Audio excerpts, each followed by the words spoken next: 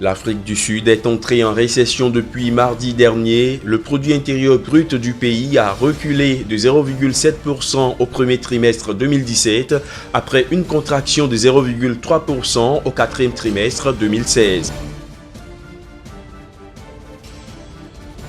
Le ralentissement des investissements dû en partie à la fragile reprise de l'économie mondiale compromet, selon la Banque mondiale, les perspectives de croissance à long terme des économies en développement.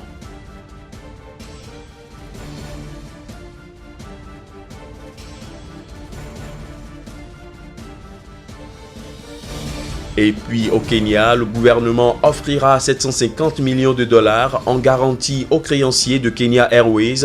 Objectif, aider la compagnie aérienne lourdement endettée à obtenir d'autres sources de financement.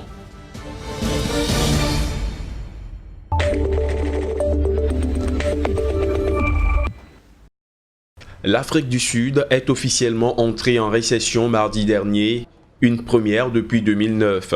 Le produit intérieur brut de l'économie la plus industrialisée du continent a reculé de 0,7% au premier trimestre 2017, après s'être contracté de 0,3% au quatrième trimestre 2016. Lors des 3 premiers mois de l'année, la croissance a été minée par les faibles performances de la production électrique et manufacturière, puis le recul du secteur tertiaire. Seuls les secteurs miniers et agricoles connaissent une forte reprise après une difficile année 2016. 2016 a été une année particulière. On est tombé d'une faible croissance à quasiment pas de croissance du tout, 0,3%.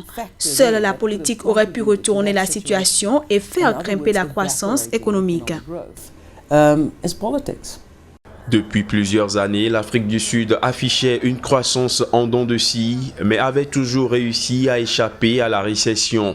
Cette année, le taux de chômage a même atteint au début du mois de juin son plus haut niveau depuis 13 ans, avec 27,7% de la population active officiellement sans emploi. Nous savons que pendant le premier trimestre, le chômage a augmenté. Je crois que c'était la plus forte hausse depuis 13 ans et malheureusement, ça touche surtout les personnes les plus défavorisées et les moins qualifiées. Avec l'annonce de cette récession qui a immédiatement fait chuter le rang de la devise nationale, bien peu de signaux sont au vert pour l'économie sud-africaine. Mais l'optimisme demeure. C'est une récession technique. Nous pensons que nous nous en sortirons dans les trimestres à venir en enregistrant une modeste croissance, même si on enregistre une croissance cette année que l'on estime à 0,6%. Cela fait tout de même 4 ans qu'on accumule de faibles hausses de la croissance. Il faut dire que cette récession survient 2 mois seulement après le limogeage controversé du respecté ministre des Finances, Pravin Gordhan.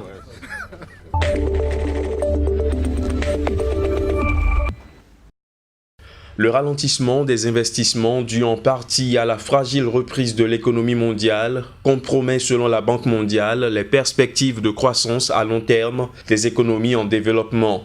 L'Afrique subsaharienne constitue l'une des régions les plus touchées par cette tendance à faible investissement.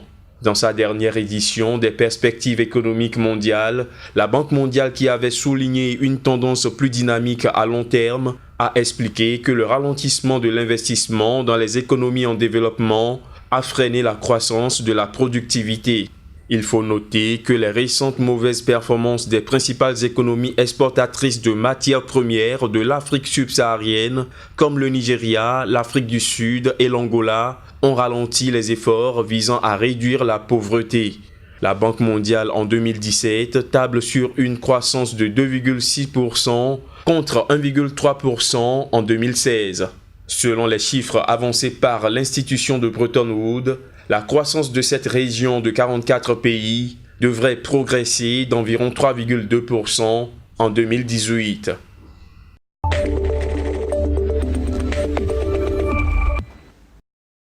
La bancarisation est l'entreprise plus ou moins grande des institutions bancaires sur une population donnée. pourcentage d'individus d'une nation ayant un compte bancaire ou bien le nombre de contrats que les clients souscrivent dans une ou plusieurs banques. C'est une mesure intéressante pour comparer la répartition des banques dans une économie. Toutefois, dans beaucoup de pays semblables à la Côte d'Ivoire, les banques ne sont encore sollicitées que par les entreprises et les particuliers continuent à gérer leur argent au format numéraire. En Côte d'Ivoire, la campagne 2017 de sensibilisation sur la bancarisation a été lancée par la Direction générale du Trésor et de la comptabilité publique et la Direction nationale de la Banque centrale des États de l'Afrique de l'Ouest. Conscient des enjeux de l'inclusion financière sur le développement de notre sous-région, les autorités de l'UEMOA, lorsque cela est nécessaire, mettre en œuvre des réformes visant à améliorer le cadre d'exercice de l'activité bancaire et financière et à promouvoir davantage l'inclusion financière. C'est dans ce cadre que la BCEAO a engagé, depuis mars 1999, un vaste chantier de modernisation des systèmes et moyens de paiement dans l'UEMOA, dont l'un des objectifs est d'élargir l'accès. La faiblesse du niveau de bancarisation engendre des problèmes importants tant au niveau de la mobilisation de l'épargne que du financement de l'activité économique. À cette occasion, le directeur du Trésor de la Côte d'Ivoire n'a pas manqué l'occasion de pointer du doigt l'insécurité qu'a connue ces derniers mois le pays et l'état des routes ne facilitant pas le transfert des fonds vers les banques dans les zones reculées, attirant ainsi la convoitise et les atteintes à la fortune d'autrui. En 2014, le taux de bancarisation dans certains pays maghrébins comme le Maroc était de 64%, celui de l'espace UEMOA ressortait seulement à 15%. En Côte d'Ivoire, il y a certains légers progrès, puisque le taux de bancarisation est passé de 14,5% en 2015 à 16% en 2016. Cependant, l'objectif affiché nous commande d'aller plus vite et plus loin. Initié en 2016 dans des régions pilotes Maraoué au centre et Nawa au centre-ouest, la campagne de cette année visite les régions du Gontougo au nord-est et le Haut-Sassandra à l'ouest de la Côte d'Ivoire. Alors que le taux de bancarisation au niveau de la zone UEMOA est estimé à 14,83% en 2016 par la Banque centrale des États de l'Afrique de l'Ouest, la Côte d'Ivoire veut porter son taux de bancarisation à 20% en 2017.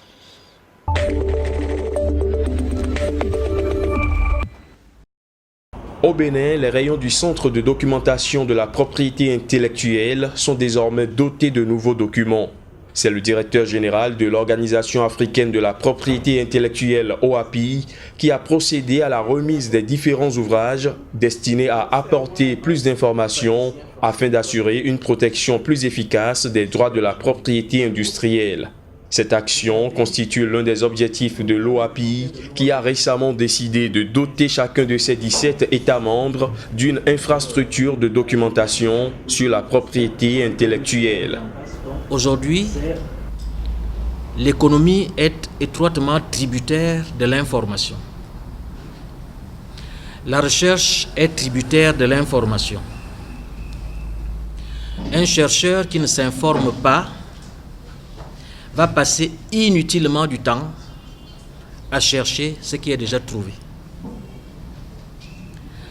Un opérateur économique, un homme d'affaires qui ne se documente pas,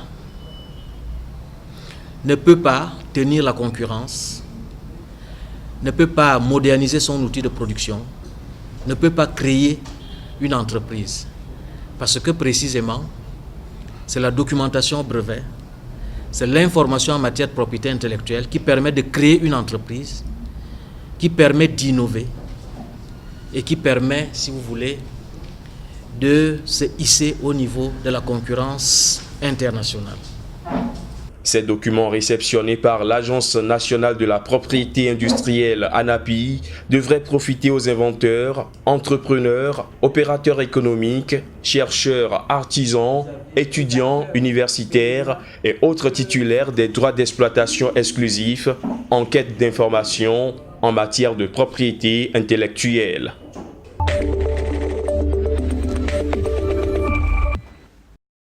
pour aider la compagnie aérienne nationale Kenya Airways, lourdement endettée, à obtenir d'autres sources de financement. Le gouvernement kenyan offrira 750 millions de dollars en garantie à ses créanciers. Selon un document rendu public mardi dernier, ces garanties doivent couvrir des dettes de 525 millions de dollars auprès de l'US Exim Bank et le reste auprès des banques locales. Cette décision intervient dans un contexte où Kenya Airways traverse des moments difficiles. En effet, au terme de son exercice financier 2016, la compagnie a enregistré des pertes estimées à 88,3 millions de dollars. Mieux, la compagnie a annoncé début 2017 un besoin de fonds de roulement estimé à 431,6 millions de dollars. Durant la même période, Kenya Airways a vu sa capitalisation boursière baisser, pendant que les intérêts sur emprunt, qui constituent le chapitre de sortie de trésorerie le plus important, ont atteint un niveau inquiétant, s'établissant à 76,4 millions de dollars.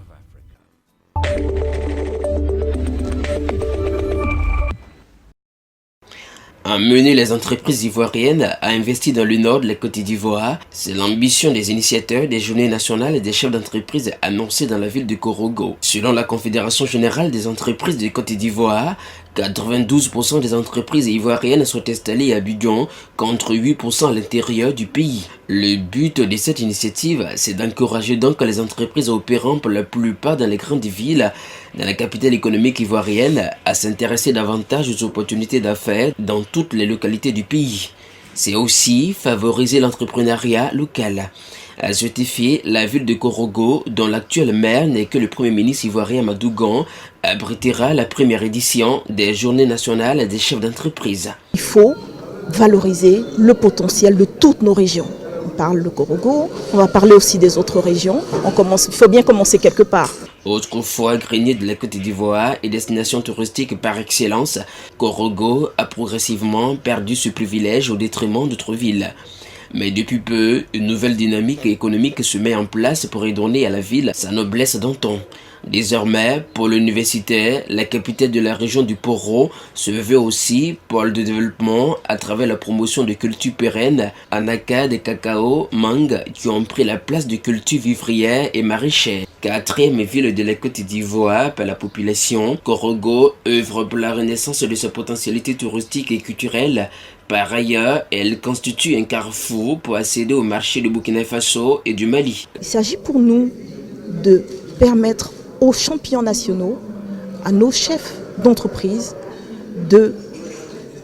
d'échanger avec leurs pairs dans nos différentes régions, de profiter de toutes les potentialités qui s'offrent et qui vont s'offrir à eux. Prévu chaque année, cet événement se propose de réunir annuellement les chefs d'entreprise dans les villes et de l'intérieur du pays, valorisant le potentiel économique de nos régions. Tel est le thème retenu pour la première édition des Journées nationales des chefs d'entreprise qui se dérouleront du 3 au 5 août prochain dans la ville de Korogo au nord de la Côte d'Ivoire.